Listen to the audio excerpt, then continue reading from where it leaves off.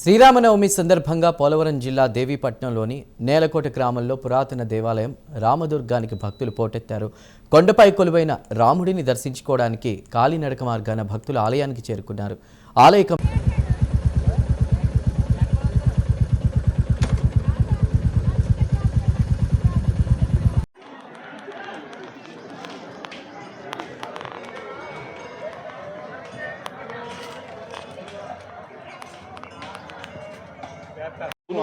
ఎంత డౌన్ ఉందో ఎంత ఎత్తులో ఇది ఎలాగుందో ఒకసారి చూడండి. ఇప్పుడు కొత్త గుడి దగ్గర కట్టిన దగ్గర కూడా నుయ్యి తవ్వారు. ఎంత లోతుకెళ్ళి నీళ్ళు పడలేదు. అది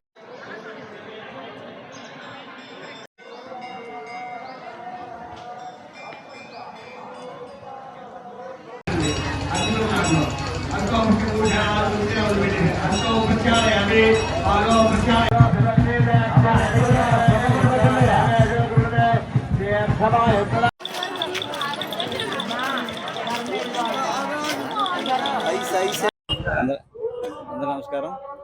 శ్రీరామ శుభాకాంక్షలు. శతం జీవ శరదో వర్ధమాన శతం హేమంతాచ శతం వసంతాన్ని.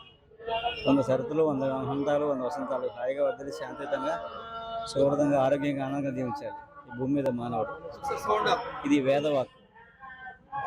సో అందుకంటే మనకి రామదుర్గం ఇది చాలా ప్రాచీన కాలం నుంచి ఉన్న చాలా ఒక శక్తి క్షేత్రం. ఇది మనకి రెండో భద్రాచలం చెప్పుకోవచ్చు.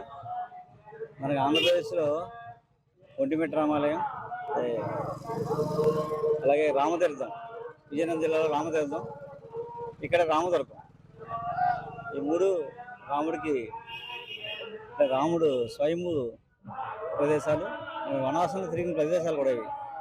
ఇదేంటంటే అందులో రామదుర్గం చాలా విశేషమైనది, చాలా శక్తి క్షేత్రం. ఇక్కడ ఎన్నో ఏళ్ళగా ఇక్కడ శ్రీరామనవమి అద్భుతంగా జరుగుతుంటుంది. దారి లేనప్పుడు కూడా జనం నడుచుకుని వచ్చి ఇక్కడ శ్రీరామనవమి చేసుకుని వెళ్తారు. ఈ సంవత్సరం కొంచెం ఘనంగా ఆర్ఎస్ఎస్ వారు, బీజేపీ, జనసేన, కూటమి ప్రభుత్వం అందరూ కొంచెం దారి ఏర్పాటు చేయడం, ఇవన్నీ చేయడం వల్ల ఈ కొంచెం వచ్చే వ్యక్తులకి చాలా ఈజీగా అంటే కొంచెం దర్శించుకోవడానికి వీలుగా చాలా వెళ్ళడం వల్ల జరిగింది. సో అదే ఇక్కడ చాలామంది కార్యకర్తలు దాదాపు 200 మంది 20 రోజులుగా శ్రమపడి చేయడం వల్ల ఎంతమందికి ఏ ఇబ్బంది లేకుండా అటు భోజనాలు, రాముడు కళ్యాణం, అంతేకాకుండా మెడికల్ క్యాంపులు, అలాగే పోలీసు వారి ప్రొటెక్షన్, అలాగే మీడియా వారి సహకారంతో ఇది అద్భుతంగా జరుగుతుంది. సో ఏంటంటే ఇవన్నీ మన ప్రాచీన ఆనవాళ్ళు. ఇవి మనం వీటిని నెక్స్ట్ తరానికి అందించాలంటే మనం వీటిని ఇంకా డెవలప్ చేయాలి బాగా. అది మా ఉద్దేశం. ఈరోజు పవిత్ర శ్రీరామనవమి సందర్భంగా చరిత్రాత్మకమైనటువంటి రామదుర్గం కొండపైన శ్రీ సీతారామ కళ్యాణ మహోత్సవం అంగరంగ వైభవంగా జరుగుతూ ఉంది. గత అనేక సంవత్సరాలుగా శ్రీరామనవమి సందర్భంగా కానీ ప్రతి పౌర్ణమికి కానీ ఇక్కడ వేలాది మంది భక్తులు, ప్రజానీకం ఇక్కడికి దర్శించుకోవడానికి ఈ యొక్క రామదుర్గం వస్తూ ఉన్నారు. ఇది సుమారు 11-12వ శతాబ్దం నాటి ఈ తూర్పు చాళుక్యుల కాలంలో ఆ సమయంలో ఇక్కడ ఈ రామదుర్గం కొండపైన ఒక కోట నిర్మాణం, అదేవిధంగా ఇక్కడ రామాలయం, శివాలయం, వేణుగోపాల స్వామి ఆలయం, అదేవిధంగా ఇక్కడ కొండపైన కోనేరు, ఇంకా పైన కుంకుమ కోనేరు, పసుపు కోనేరు అని ఆ రకరకాల వైభవపేతమైనటువంటి చరిత్ర ఈ యొక్క రామదుర్గం కొండపైన ఉంది. దాన్ని ఆ పునర్వైభవం కోసం మరి ఇక్కడ ప్రజలు కానీ ఇక్కడ ఈ యొక్క హిందూ ధర్మం పట్ల విశ్వాసం కలిగిన పెద్దలు అనేక మంది దీనికి సహకారం చేస్తూ వచ్చారు. ఇటీవల కాలంలో ఇక్కడ కొండపురికి సంబంధించినటువంటి వీరభద్రరాజు గారు కూడా నిర్విరామంగా ఇక్కడ గుడి నిర్మాణం కానీ ఇక్కడ కళ్యాణ మహోత్సవం చేయడం కానీ అది చాలా సంతోషకరమైన విషయం. అదేవిధంగా ఈరోజు ఇక్కడ సుమారు 15,000 మందికి ఇక్కడ భోజన వసతి రాష్ట్రంలో ప్రముఖ ఆయుర్వేదిక డాక్టర్ రవివర్మ గారి యొక్క సహకారంతో ఈ భోజన వసతి కూడా మనం కల్పించడం జరిగింది.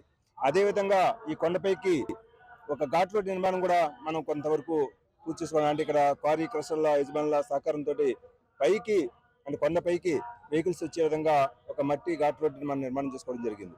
రాబోయేటువంటి రోజుల్లో ఇక్కడ ప్రభుత్వం దీన్ని మరింత అభివృద్ధి చేయాలని ఈ సందర్భంగా కోరుతా ఉన్నాం. అంటే ఇక్కడ అత్యంత అవసరం ఒక రోడ్డు నిర్మాణం, ఘాట్ రోడ్డు. అదేవిధంగా వాటర్ సౌకర్యం కావాలి పెద్ద పైకి. అదేవిధంగా కరెంట్ సౌకర్యం కావాలి. ఇక్కడ వచ్చేటటువంటి ఒక భక్తులకి ఒక వసతి సౌకర్యం కావాలి. ఇక్కడ గుళ్ళు, ఇంకా ప్రముఖమైనటువంటి గుళ్ళ నిర్మాణం పూర్తి కావాలి.